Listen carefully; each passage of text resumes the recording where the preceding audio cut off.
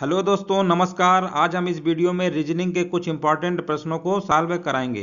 यहाँ पर देखिए, पहला प्रश्न लिखा हुआ है, एक पंक्ति में 25 वृक्ष एक दूसरे से समान दूरी पर लगाए गए हैं।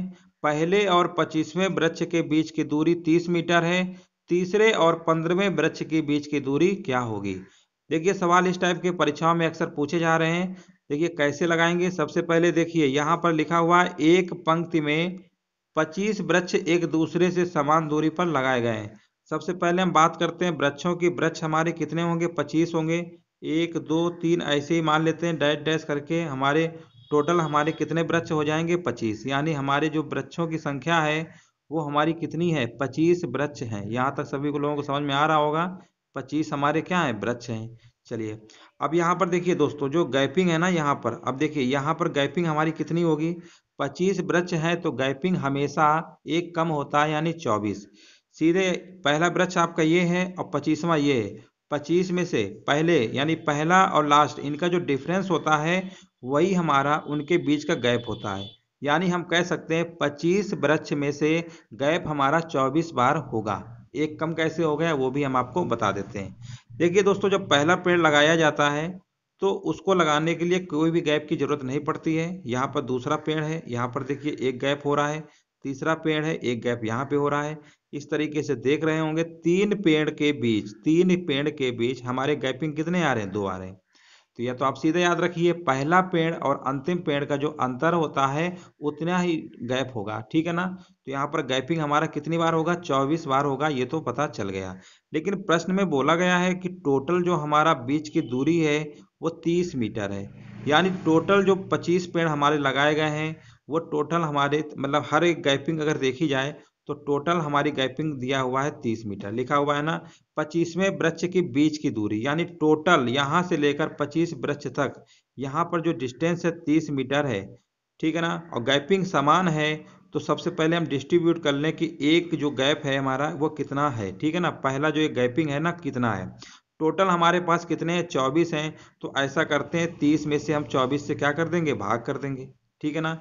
तो उससे हमें ये निकल आएगा कि जो एक गैप है हमारा वो कितने मीटर का है, ठीक है ना। अभी भाग नहीं देंगे, 30/24 हमने लिख लिया। आगे बोला गया है प्रश्न में से, तीसरे और 15वें वृक्ष के बीच की दूरी क्या होगी? इसका मतलब तीसरा वृक्ष तो ये रहा होगा, ठीक है ना। तीसरा वृक्ष और 15वां का मतलब 15 इधर कहीं रहा होगा, यहाँ कहीं, ठीक है ना। तो यहाँ पर देखिए 15वां होगा और यहाँ पे कौन सा है? तीसरा है। इनके बीच का गैप निकालना है। तो देखिए गैप कैसे निकालते हैं, अभी हमने बताया था। हमेशा स्टार्टिंग और लास्ट जितना का है उन्हीं के बीच का जो गैप होता है ना, वही हमारा, जितना गैप होगा उतना ही गैप होता है। तो देखिए 15 में से 3 घटाएंगे यानी 12। यानी हमें किसका निकालना है? 12। तो 12 का मल्टीप्लाई कर देंगे, 12 दूनी 24 होता है और यहाँ पर कितना आ गया? 15 मीटर। तो प्रश्न में क्या बोला गया था? पूछा गया है तीसरे और 15वें वृक्ष के बीच की दूरी कितनी होगी? तो इसका जो सही आंसर होगा 15 मीटर हो जाएगा। उम्मीद है समझ गए होंगे, ठीक है ना। इसको आप डायरेक्ट कर सकते थे। 25 वृक्ष हैं यानी टोटल हमें पता है गैप 24 का होगा। 30 में सीधे हम 24 से भाग कर देंगे।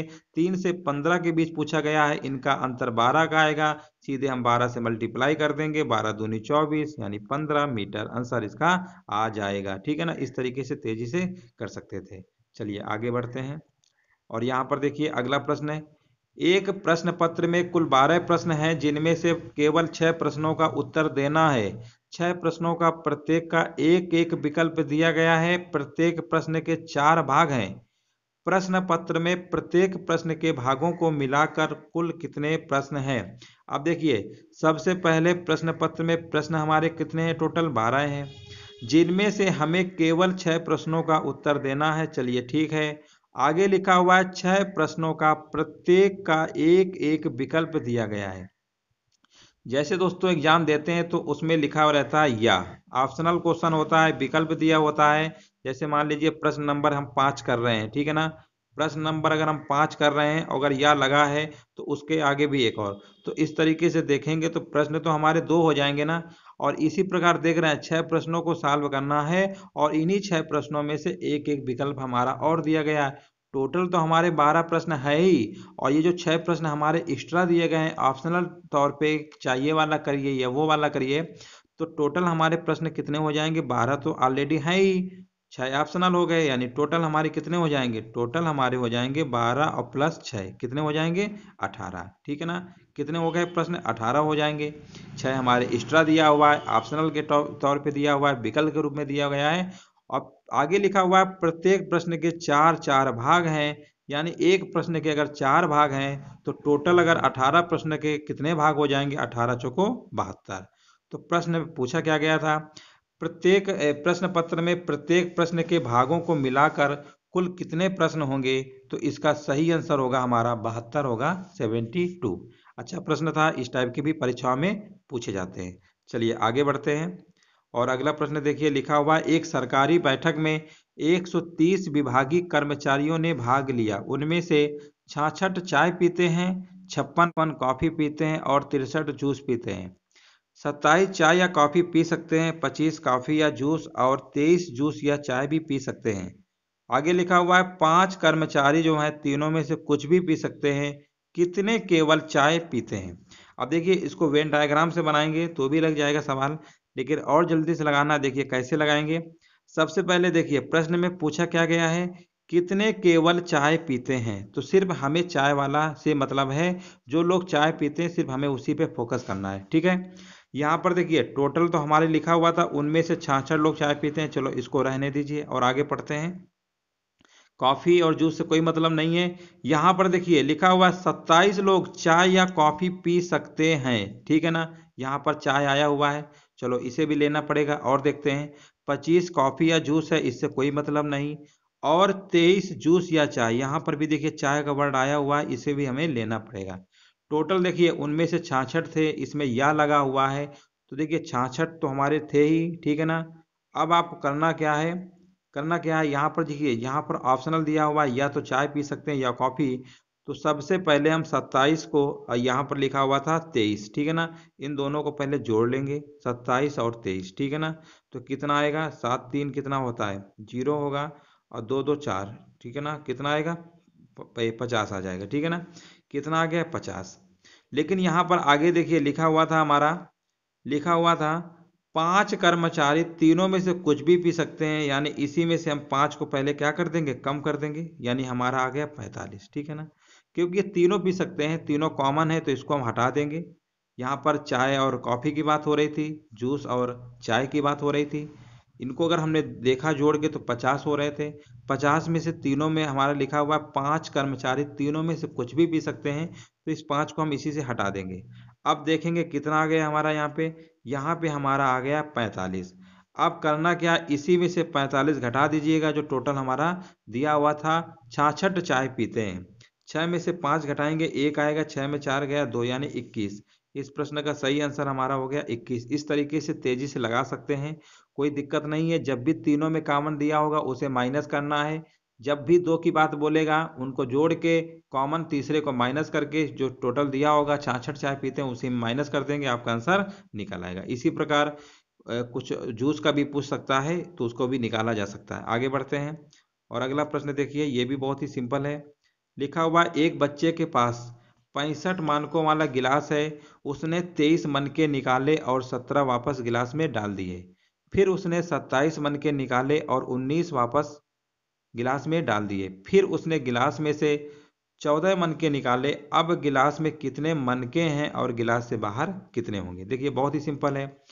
पहले देखिए टोटल हमारे पास कितने मनके थे, 65 थे। ठीक है ना, आपको दिख रहा होगा, पहले हमारे पास कितने थे, 65 थे। अब हुआ क्या, इसमें से 65 में से 23 मन का निकाला, 23 मन के निकाले गए, 23 कम हो गए, लेकिन बाद में हमने क्या किया, 17 मन के उसी में से वापस डाल दिए। फिर उसने क्या किया, 27 मन के निकाला, 27 निकालेंगे यानी माइनस में होगा। इसके बाद 19 वापस से फिर से डाल दिए गए। फिर उसने गिलास में से 14 मन के फिर निकाले, ठीक है ना, फिर से निकाले। अब डाला नहीं है तो बोला गया कितने बचे हैं। देखो इसी को सिंप्लीफाई कर लीजिए, जोड़ घटाना है और कुछ नहीं है। यहाँ पर देखिए ये वाला प्लस का है, ये भी प्लस का है, ये भी प्लस का है, सबको जोड़ लो पहले। तो यहाँ पर देखिए 9 7 16 और 16 5 कितना होता है, 21 होता है। और 6 2 8, 8 और 2 कितना होता है 10, 101 आएगा माइनस। यहाँ पर देखिए 7 3 10 4 14 होगा, 2 तो 4, 5 1 6 होगा, ठीक है ना। इसको माइनस कर लेंगे, 11 में 4 गया कितना आएगा, 7 आएगा। और यहाँ पर 9 में 6 गया 3, यानी 37। 37 देखिए कहाँ पे लिखा हुआ है, बिल्कुल लिखा हुआ है ऑप्शन नंबर पहला, यानी गिलास में 37 मन के बचे होंगे। और बाहर कितने होंगे, टोटल हमारे पास 65 हैं। 65 में से 37 को हम माइनस कर देंगे तो हमारे बाहर वाले निकल आएंगे, यानी जो कि 28 आएगा। बिल्कुल सही जवाब था, इसका आंसर पहला वाला ऑप्शन हो जाएगा।